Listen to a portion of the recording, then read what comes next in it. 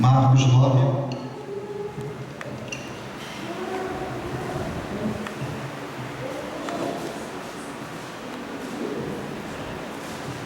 Evangelho segundo Marcos, capítulo 9, do 17 até o 29. Culto das causas impossíveis. Marcos, não? Evangelho de Marcos, capítulo 9, versículo 17 e versículo 29. Sabe que velho com letra pequena não combina, né? De repente eu estou aqui enrolando. Marcos, capítulo 9, versículo 17 em diante. Vamos até o 21. Amém? Eu vou ler enquanto os irmãos procuram. Tudo bem, Vera Augusta? Falei, GD, já gravando plaquete. A palavra de Deus nos diz assim: um dentre a multidão respondeu: Mestre, trouxe-te meu filho possesso de um espírito mudo, e este, onde quer que o apanha, lança-o por terra, e ele espuma, rilha os dentes, trinca, e vai definhando. Roguei aos seus discípulos que o expelissem, e ele não puderam. Então Jesus lhe disse: ó geração incrédula, até quando estarei convosco? Até quando vos sofrerei? Trazei-me. E trouxeram-lhe. Quando ele viu Jesus, o Espírito imediatamente o revolvia-se, espumando. Versículo 21. Perguntou Jesus ao pai do menino: há quanto tempo isto lhe sucede? Desde a infância, respondeu. E muitas vezes o tem lançado no fogo e na água para o matar. Mas se tu podes fazer alguma coisa, tem compaixão de nós. Ajuda-nos. Versículo 23. Ao que lhe respondeu Jesus: se podes, tudo é possível ao que crer. Repita comigo: tudo é possível ao que crer. Mais uma vez: tudo é possível ao que crer.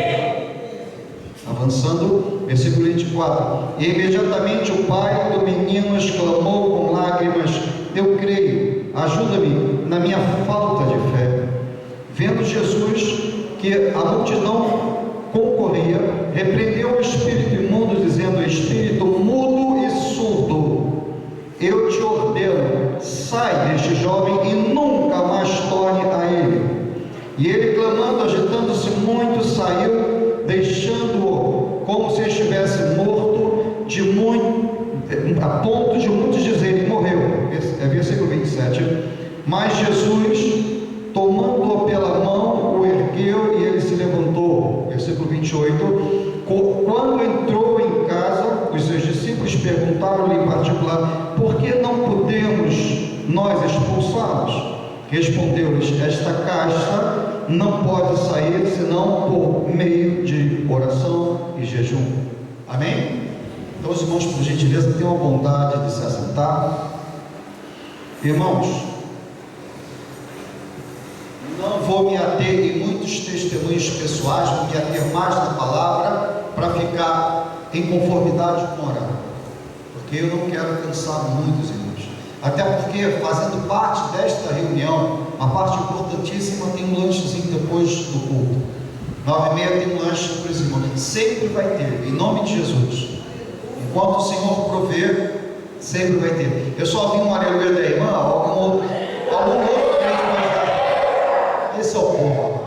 Crente não bebe, não fuma, mais zorraça para dar glória a Deus. Aí eu tenho conversão mesmo. Irmão, pode dar, vai ter um lanchinho, pode dar um glória a Deus. Amém. É esse, irmão, esse é o sentimento do crente. Você não vai de uma forma, vai de outra. Mas tu tem que ir para o céu de qualquer maneira. Queridos, o que são causas impossíveis? Tudo aquilo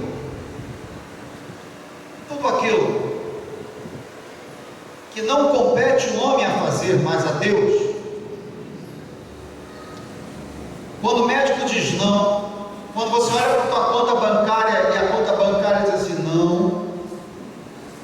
Quando a tua esposa diz não, teu esposo, teu filho, teu pai. Quando você se defronta com um grande problema, e quando você sabe que você não tem como resolver, a exemplo desse pai, aí você diz assim, caramba, cheguei ao fim. Causas impossíveis. Uma vez um presbítero que hoje é pastor, ele falou uma coisa que eu achei muito bacana. Causas impossíveis é quando o diabo coloca um ponto parágrafo na tua vida, e o Espírito Santo vai lá e coloca uma vírgula embaixo. Cria-se um grande recomeço. Porque quem tem poder para dar um ponto final na sua vida, só Deus, nunca o diabo. Como eu falei, eu não posso me estender em exemplos para ficar preso à palavra, mas os irmãos então entenderam o que é a causa impossível. Quando você se defronta diante de um grande problema e você tem certeza absoluta de que aparentemente tudo acabou, aí você olha para o alto, e do alto vem o maná. Vocês estão me entendendo? Quando você vê que não tem mais solução para a tua vida, e te colocam numa caverna com um leão, o leão, ele adormece. Você olha para cima, o leão adormece como um gatinho manso. Quando te colocam numa fornalha e você diz assim, acabou tudo, porque o fogo está escaldante, porque mandaram aquecer 7 vezes a fornalha. E quando aqueles algozes que te colocam lá dentro vê você lá, Sidraque, Misaque, Abednego, e quantos de vocês são esses? Quando vocês resistem ao diabo ao ponto de dizer assim, não, do Senhor eu não abro mão, posso morrer, mas não vou vacilar na minha fé. Quando os algozes olham para aquela fornalha, eles contemplam o 4º homem da fornalha. Ele abria ralas, Pastor Edmilson, agora pode deixar aí, fica aqui dentro também, fica aqui comigo aqui, por gentileza. Está aí, quem tiver que entrar, entra. Tá, mas então. Irmãos, isso são causas impossíveis. É o teor desse culto. A ideia desse culto é exatamente isso. Permitir que o Espírito Santo nos eleve a um patamar mais alto de espiritualidade. Entenda. Não é para sermos melhores do que ninguém, porque quanto maior a responsabilidade, quanto maior a altura que o Senhor te levar, maior é a responsabilidade que você terá, e maior é a paciência e amor que você terá para com o teu próximo, porque o Senhor vai te levar, a exemplo de uma águia, voando por cima das nuvens, quando a tempestade se aproximar. Porque por baixo das tempestades é um tal de pássaros, curió, garça, procurando aonde se esconder. Mas a águia, ela está acima da tempestade. Eu quero dizer para você que a grande, acredito eu, que 1% dos crentes que eu conheço, eles se comportam como águia. A missionária começou falando sobre fé aqui, que o Senhor quer tirar de você um coração de galinha, um coração de pardal, e enxertar em você um coração novo, mas um coração de águia. Eles tiram do teu coração, um coração de pedra, eu tiro isso, e coloco um coração de carne, pujante. Eu sei que os irmãos todos têm dificuldades, assim como eu tenho. Você imagina eu só viver à noite agora, devido a essa neuropatia que adquiri, infelizmente, depois da Covid. Vocês imaginem como é que eu estou aqui hoje ministrando, mas eu não estou me envaidecendo, não. O que eu estou dizendo para você que em algum momento da minha vida o Senhor fez assim, olha, a partir de hoje eu vou te dar uma visão de águia, eu vou te levar a uma altura em que as tuas dores, o teu sofrimento, as tuas tristezas, não poderão te submeter a um buraco de 7 palmos sobre a terra. Eu vou passar por essa tempestade contigo. Eu vou passar por essa tribulação contigo. Aí nos deparamos então com um texto inicial. Eu pedi, Senhor, por onde eu vou começar? E o Senhor me deu essa mensagem. Eu quero colocar para você o seguinte: estamos diante de um pai aflito, porque ele tinha um filho,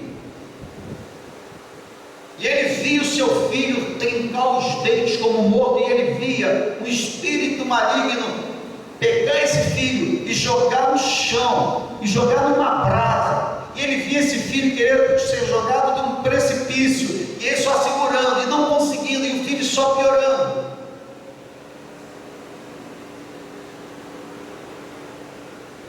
Irmãos, quando a dificuldade é comigo, em mim, quando a dificuldade é em você, você pode acreditar, já dói, mas quando ela é num filho, só entende isso quem tem filho. Eu falo para o meu filho Rafael, só vai entender as dores que eu sinto por você, rapaz, quando você for pai.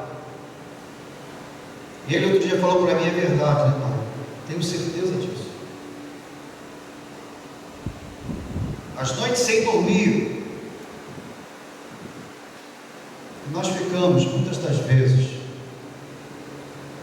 saber que poderia estar aqui, mas por enquanto preferiu o mundo, e tu fica assim abatido.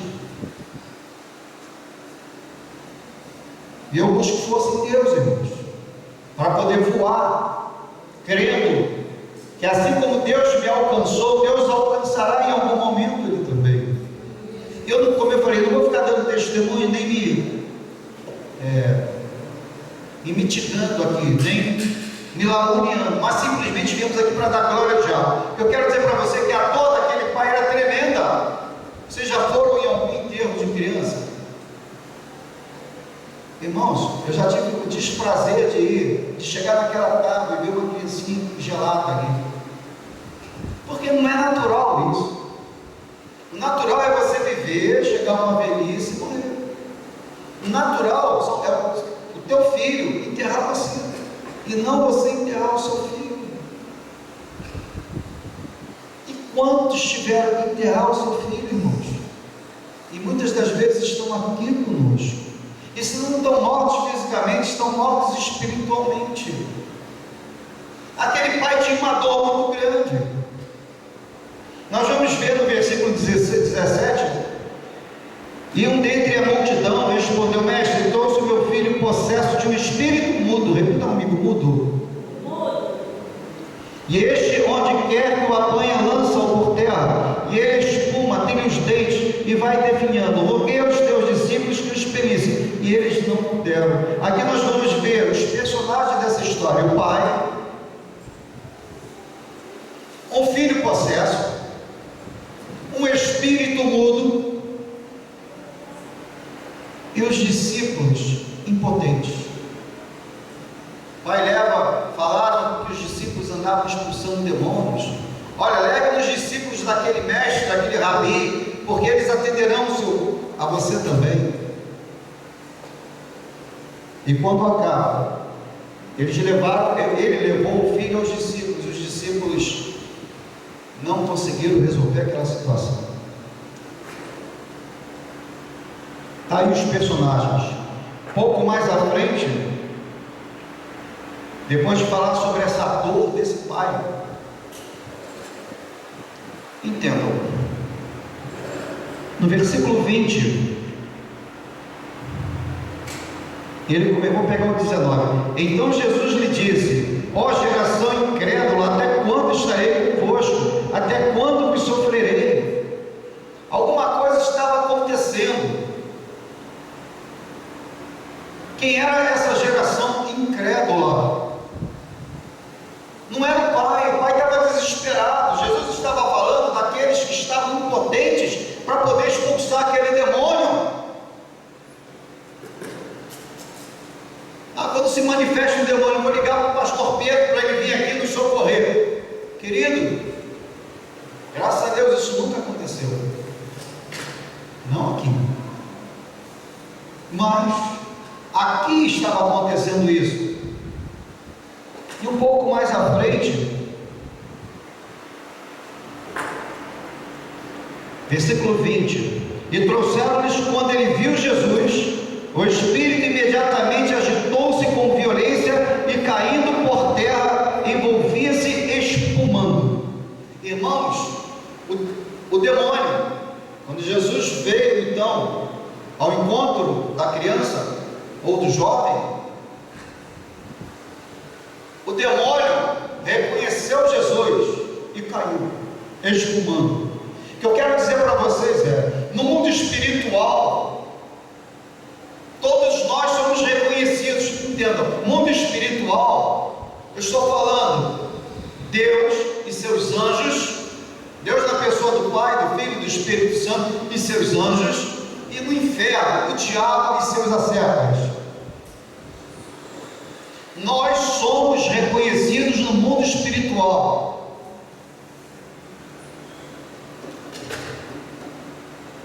O diabo olhou para Jesus e aquela criança espumou e caiu no chão. Uma das primeiras experiências que eu tive, rápido, eu saía de uma igreja em Vila Valqueire. Nessa época eu devia ter uns 28 anos, e nós vimos ali tão felizes porque estávamos cheios da graça de Deus. Era um culto parecido com esse, e quando fomos seguindo a rua Namur, perto de onde a Leila mora, tinha umas crianças brincando.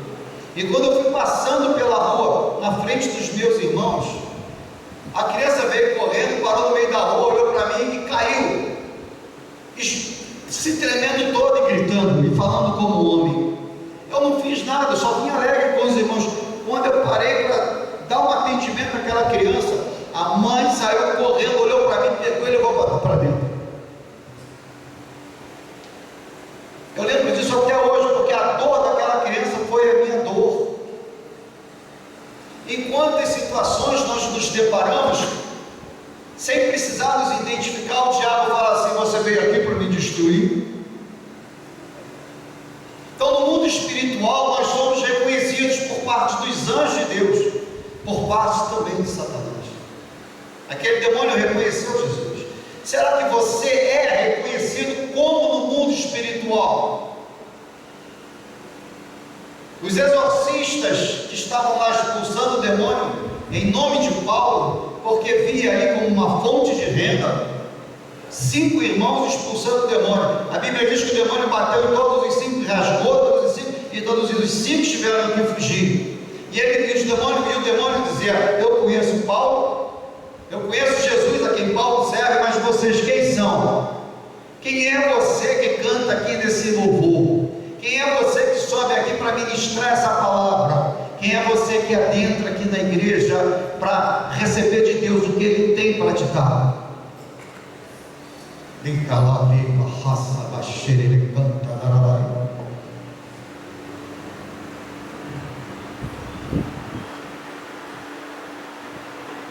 Você tem que entender. O versículo 22 vai dizer assim, olha que tristeza.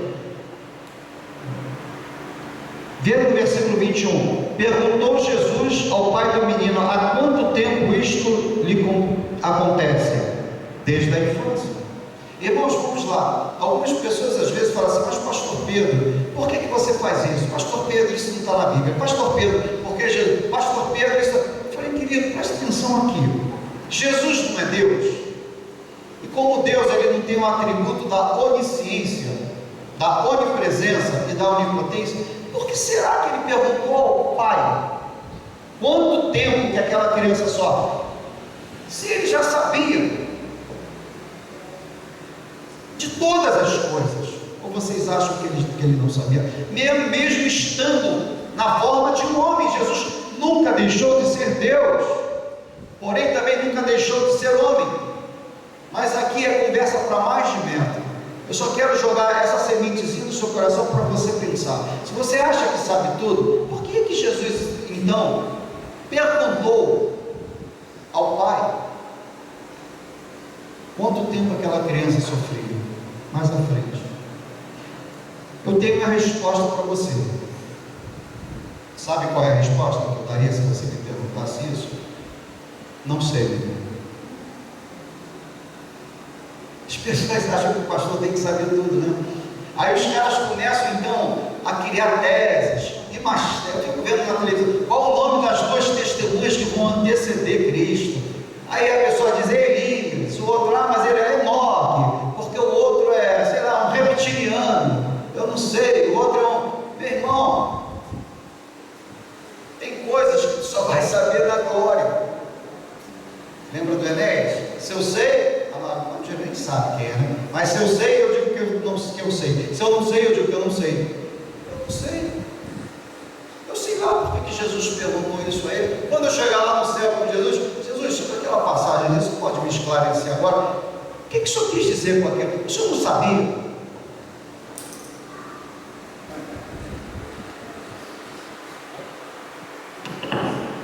Dois. Entenderam? É simples. Você não sabe, você não sabe, eu não sei. Aceita a ideia. Mas não vem com ideia estapafúrdia, não. Versículo 23. Bom, versículo 22, né? E muitas vezes o tem lançado no fogo e na água para o matar, mas se tu podes alguma coisa, tem compaixão de nós e ajuda-nos. Duas coisas aqui. Irmãos, Alan, ministério de Satanás: matar, Edmilson, roubar e destruir. Mas implicitamente eu poderia parafrasear esse versículo sem adulterar a Bíblia e dizer: judiar a pessoa. Você pode acreditar, Satanás, ele, se puder, ele vai maltratar aquela pessoa até tirar a vida daquela pessoa. Ele mata, ele rouba, ele destrói, mas se ele tiver chance, ele começa a triturar, a torturar, a machucar aquela pessoa. Perceberam? Aí o pai vira para Jesus e diz assim: Senhor, se tu podes alguma coisa, tenha compaixão do meu filho, tenha compaixão da minha família, tenha compaixão de nós. Eu não sei o que fazer. Irmãos, dependendo do que você estiver passando hoje, tu pode acreditar, em nome de Jesus, daqui a um ano me cobre isso. Seja lá qual for a prova que você está passando hoje, daqui a um ano estaremos juntos. Porque as provas vêm e elas vão. Você não tem as respostas, mas Jesus tem a resposta. Pode acreditar. Eis aqui um homem formado na prova. Se vocês forem ver minhas costas aqui, é cheia de chibatadas espirituais. E ainda hoje, mas o pastor fala isso porque ele tem dinheiro. Eu?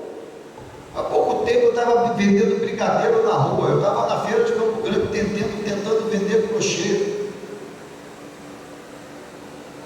Mas você era gerente de banco? Era, mas eu não queria. Eu quero me identificar o seu, mas não consigo.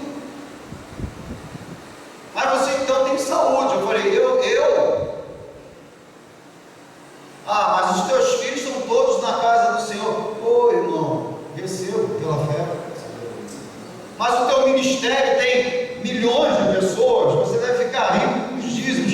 Irmãos, olha os milhões de pessoas que vocês estão vendo aqui. Talvez até junte ali e dê o resto, complemente. Não tem nada disso, irmãos. Só nós temos aqui amor pela obra. E nisso já estamos chegando a 40 anos. Não são 40 dias, nem isso. Já tivemos algum momento de refrigério, minha esposa? Mas é assim, as provas passam. Se tu podes, perceba, lá Jesus repreendeu a incredulidade. Aquela pessoa chegou perto de Jesus debilitada, irmãos. Aí Jesus chama a atenção dela e vai dizer assim: se eu posso, tudo é possível ao que crê. Repita comigo: tudo é possível ao que crê. Irmãos, Porém, naquele momento ali, aquele pai diz assim: Senhor, eu creio, mas eu estou debilitado, a minha fé está depauperada. Senhor, até para crer em Ti eu preciso da Tua ajuda. E Jesus fala assim: fecha aqui, fechou. Era isso que eu queria ouvir você falar. Você foi humilde o suficiente para dizer que até para crer em mim você precisa da minha ajuda. Jesus quer que você reconheça as tuas debilidades e não a tua religiosidade, porque tem muita gente dizendo hoje que crê, mas não crê.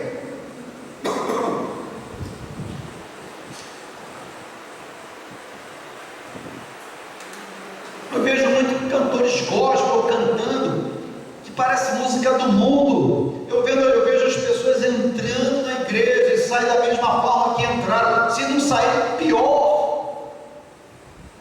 Eu não vejo mais. Eu cresci no evangelho vendo os paralíticos, vendo expulsões de demônios, vendo morto ressuscitar. Como eu falei, não vou dar testemunho nenhum agora, me perdoe, a gente está olhando para o relógio. Como eu falei, eu estou me regulando para saber até onde eu posso ir. Mas eu quero dizer para ti nessa noite, seja lá qual for o seu problema, se você não tem fé para acreditar que Deus é poderoso para resolvê-lo, peça fé a Ele, porque até a fé Ele te dá, e te dá em abundância. Deus tira você de um nível e leva você para um outro nível de espiritualidade, crente, porque aonde você está é um nível ainda que Paulo chamava de criança. Eu quero levar a vocês comidas espirituais fortes, mas eu tenho que dar leitinho. Pedro falava isso também, mas dar leitinho espirituais a vocês ainda estamos no beabá, porque delegamos Jesus a segundo plano em nossas vidas. A mulher vai embora, o homem se suicida ou sai da igreja. O homem vai embora, a mulher entra em depressão, não sai da igreja. Não vou largar a igreja, meu marido foi embora. Eu me deparei com uma situação certa vez assim, que a mulher entrou para a igreja para o marido voltar, porque uma macumbeira tinha tirado o marido dela. E eu falei, vamos começar. E ela era grande, quando ela caía demoniada, meus irmãos, tu não imagina, 3 homens de um lado, 3 homens de outro, ninguém segurava aquela mulher, só o poder de Deus. Eu não lembro o nome dela. Ela saiu da igreja e falou assim: eu não vou ficar mais aqui não, já estou 1 mês e Jesus não resolveu meu problema. Ela foi na macumba para tirar meu marido de mim, então eu vou voltar para a macumba para tirar o marido dela de novo, voltar meu marido para mim. Ela foi. Sabe o que aconteceu? Ela morava em Vila Valqueire, veio trabalhar aqui em Bangu, foi se meter a trabalhar numa casa dessa da noite aí, teve um tiroteio lá, ela tomou um tiro e morreu.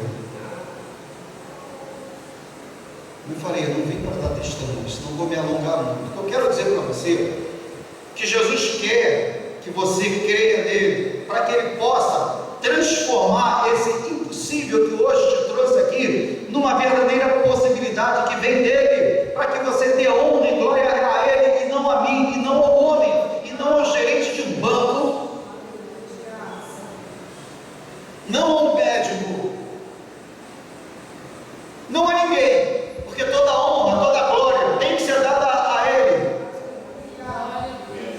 Eu vou contar a vocês, não hoje, mas quando eu estiver aqui com a próxima oportunidade, na sexta-feira, possivelmente, o que aconteceu comigo. Eu saí daqui curado um dia. Quando eu voltei a ter no dia seguinte os mesmos problemas.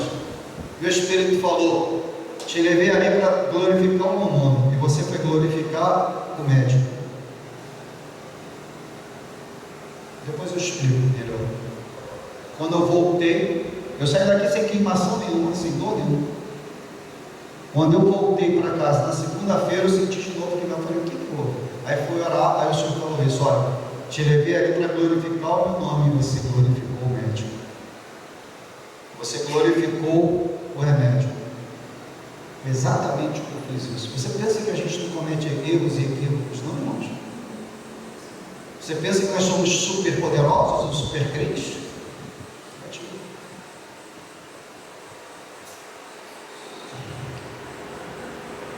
Tudo é possível ao que crê em Jesus. Imediatamente o pai do menino exclamou com lágrimas: eu creio, ajuda-me na minha falta de fé. Vendo Jesus Jesus que a multidão corria, repreendeu o espírito imundo, e o espírito mudo e surdo ele falou, né? Espírito mudo e surdo, eu te ordeno, sai deste jovem e nunca mais tornes a ele. Lembra que em muitos processos de libertação a gente fala assim, olha, sai e nunca mais volte.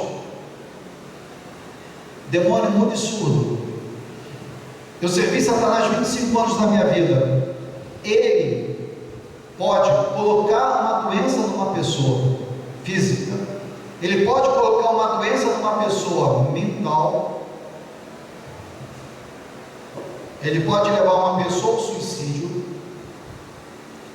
Não, mas eu já vi pessoas dizendo, não, mas Deus não ia permitir isso com seus filhos. Tá bom, aí eu falei assim, defina quem é filho de Deus. Evangelho de João, capítulo 1, versículo 12, vai dizer assim: filhos de Deus são aqueles que creem em Jesus Cristo como seu único Salvador. Uma coisa é ser criatura, outra coisa é ser filho. Mesmo sendo filho, as batalhas acontecem. Quantas vezes minha esposa teve para morrer nesses últimos 10 anos? Nesses últimos 7 anos? Está aqui. Agora, recentemente, coisa de 3 meses, 4 meses, 6 meses, 5 meses para cá, uma pedra na vesícula, o médico falou assim, não estou vendo mais a pedra. Aí ele falou, mas eu estou. Ela falou, não está, não estou, mas eu estou. Não está, senhora, eu trabalho há 18 com isso, não estou vendo umas pedras nenhuma, como que só está de brincadeira comigo. Perceberam isso? E a coisa vai andando, mas ela continua tendo provas, eu também.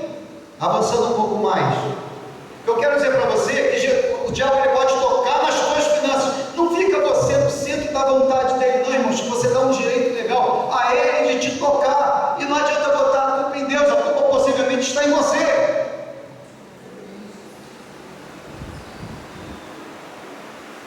Certa vez eu estava sentado na sala, minha esposa falou assim, vou dormir. Quando eu levantei e fui também dormir, ele se apresentou na forma de uma mulher, uma das mulheres mais lindas que eu já vi na minha frente.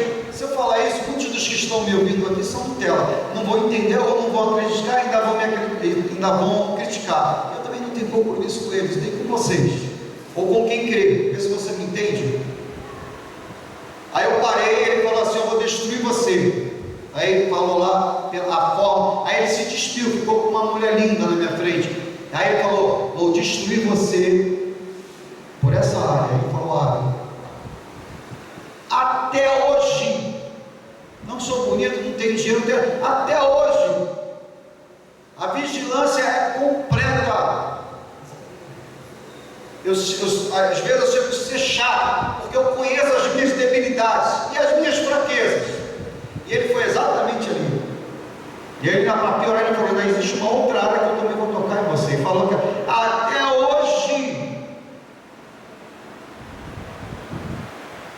hoje, eu tinha uma empresa uma vez, certa feita nessa empresa, eu falei, a gente não vai falar sobre Deus aqui dentro, não, viu? Aqui isso é uma empresa, quer falar sobre Deus, a gente vai falar na igreja. Aí quando eu entrei para dar aula, eu olhei para uma moça que estava na minha frente, quando eu olhei e vi o que estava nela, eu voltei do escritório e falei para minha mulher, essa moça vai me procurar, vamos manter firme, pede para ela me procurar na igreja. Não deu outra, ela chegou lá, me pediu para procurar, para falar comigo. Eu sabia que era para orar por ela, mas eu achava que eu tinha que desassociar a igreja do meu trabalho. Aí a minha mulher falou para ela, procure meu marido na igreja, ele só vai estar, mas é porque eu dava aula, irmãos, das 7 da manhã às 10 da noite. Aí eu virei para ela e falei assim, aí minha esposa foi embora, a moça foi embora, nunca mais a vi. A igreja em 6 meses fechou. Quantos? Um curso. Desculpa, repete.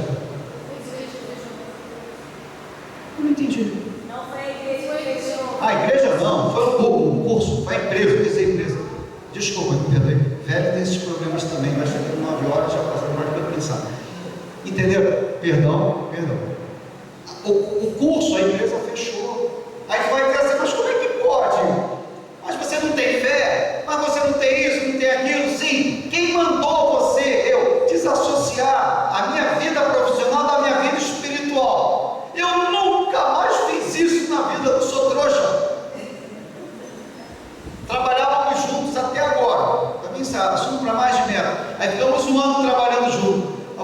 vamos evangelizar esse local. Eu me queimando todo, sem óculos, porque o óculos tinha quebrado, eu enxergando um palco na minha frente, as pessoas discriminando a gente, porque as pessoas que eu digo, os empresários, enfim, nós chamávamos de chefe, porque eu era velho, e que não sei o que, aí eu falei, tá bom, deixa rolar, eu não maior confusão. Aí o que aconteceu? Saímos de lá, irmãos, olha como Deus operou naquele lugar, porque eu nunca desassociei, nunca mais eu desassociei Deus de onde eu falo. E veja bem, não quer dizer que eu encho o saco de ninguém, não. Eu simplesmente, eu faço com que as pessoas vejam Jesus em mim, entendeu? Calado, fazendo bem para a pessoa, levando um cafezinho para a pessoa, levando um copo d'água. Assunto para outro dia. Pois bem, versículo 26. E ele, clamando e agitando muito, saiu, e como se estivesse morto, ao ponto de muitos dizerem, morreu. Mas Jesus, tomando-o pela mão, o ergueu e o levantou. Perceberam isso? Tomando pela mão. Aqui às vezes não acontece isso, a pessoa está de cabelo. Aí quem está de fora, eu já vi uma pessoa que está assim uma vez que morreu. Morreu, pelo amor de Deus, que mataram o coração, quer que eu seja processado?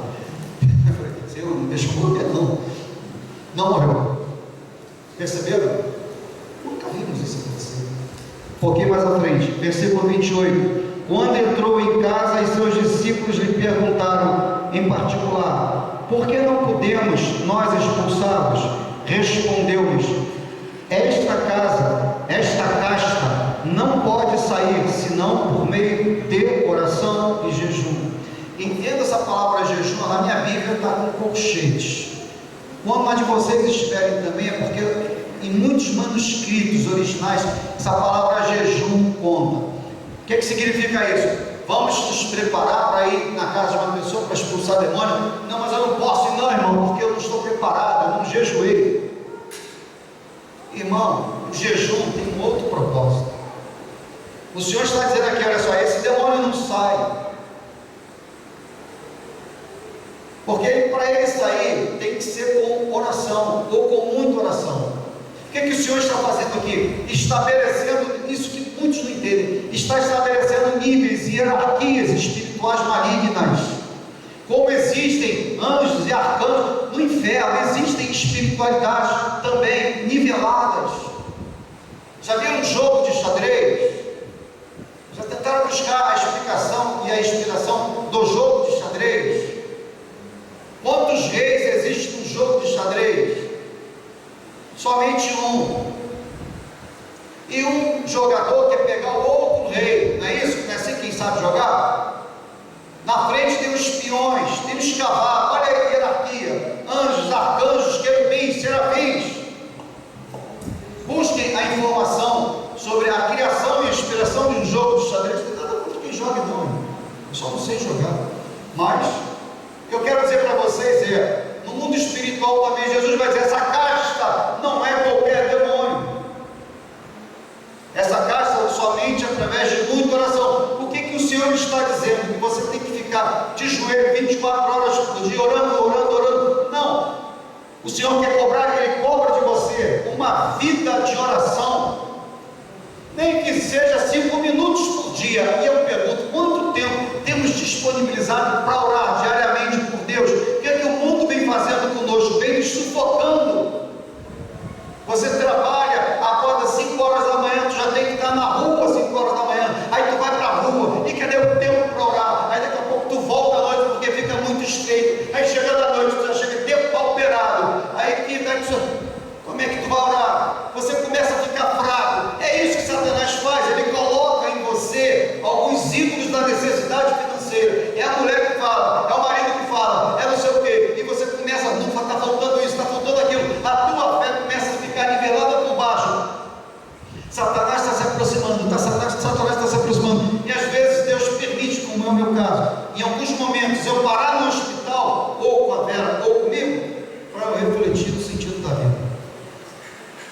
Às vezes eu entro em prova, não é porque Deus não me ama, não é porque Deus Ele é fraco para se opor ao diabo, não é porque o diabo tem, é porque Deus permite, porque nesses momentos são os momentos, irmãos, que eu paro e reflito sobre a minha vida.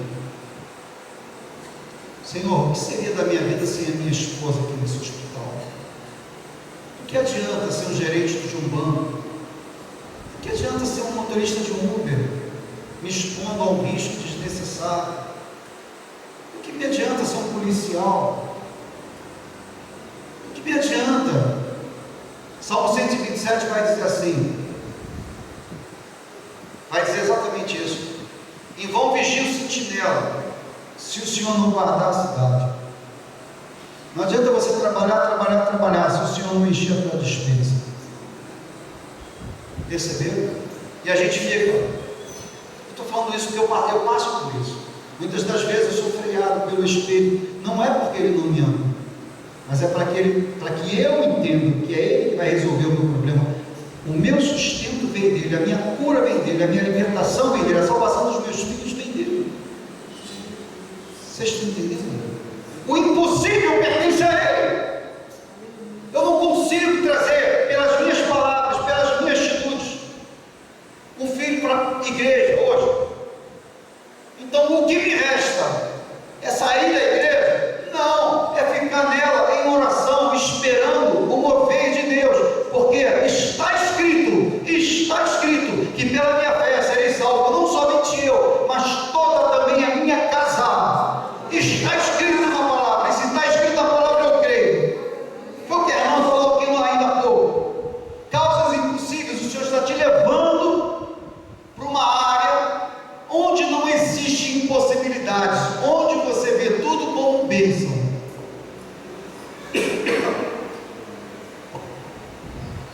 Por que será que Deus está deixando você passar por essa prova?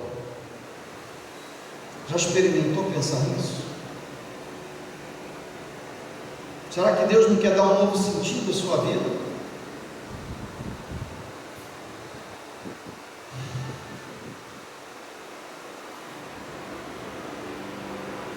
Esta casta, o Senhor vai dizer para ele, respondeu-lhe, esta casta não pode sair senão por meio de oração.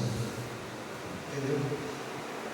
Meu irmão, Satanás, ele pode, tu tem que entender isso, tocar na tua vida conjugal. Como eu disse, tenho 10 minutos ali, 9 minutos para terminar o culto. Ele pode tocar na tua vida sentimental, ele pode tocar na tua vida conjugal, ele pode tocar nos teus filhos, ele pode tocar nas tuas finanças, ele pode tocar em você, ele pode tocar no país. Olha a miséria que esse país vem atravessando. Vocês acham que é normal isso? Em 8 meses estamos com o pé dentro de um comunismo, uma legalização de aborto, de droga em menos de 8 meses nessa nação. Você acha que o que está acontecendo no Brasil é natural? Você não entende que o líder dessa nação hoje, por quem temos que orar, a Bíblia manda orar, quando ganhou as eleições foi para a Bahia, e a mídia diz que ele foi para um resort. Cara, tem tanto resort em tantos lugares, ele foi para a Bahia. Fazer o que na Bahia? E tu acha que o diabo não cobra? Vai chegar um momento que Deus vai dar um basta nisso tudo, irmãos. Então o diabo ele pode tocar, lembre-se do príncipe da Pérsia. Daniel não estava orando e o anjo veio para trazer a mensagem, mas o príncipe da Pérsia, a potestade, o principado, algo de autoridade estava ali sobre ele. Se Satanás pode se colocar diante de uma nação para impedir que as bênçãos de Deus venham, tu acha que ele não pode se colocar entre você e a bênção de Deus?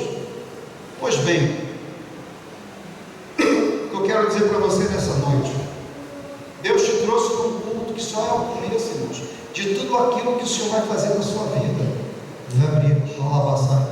Quando puder, vem sempre, irmãos.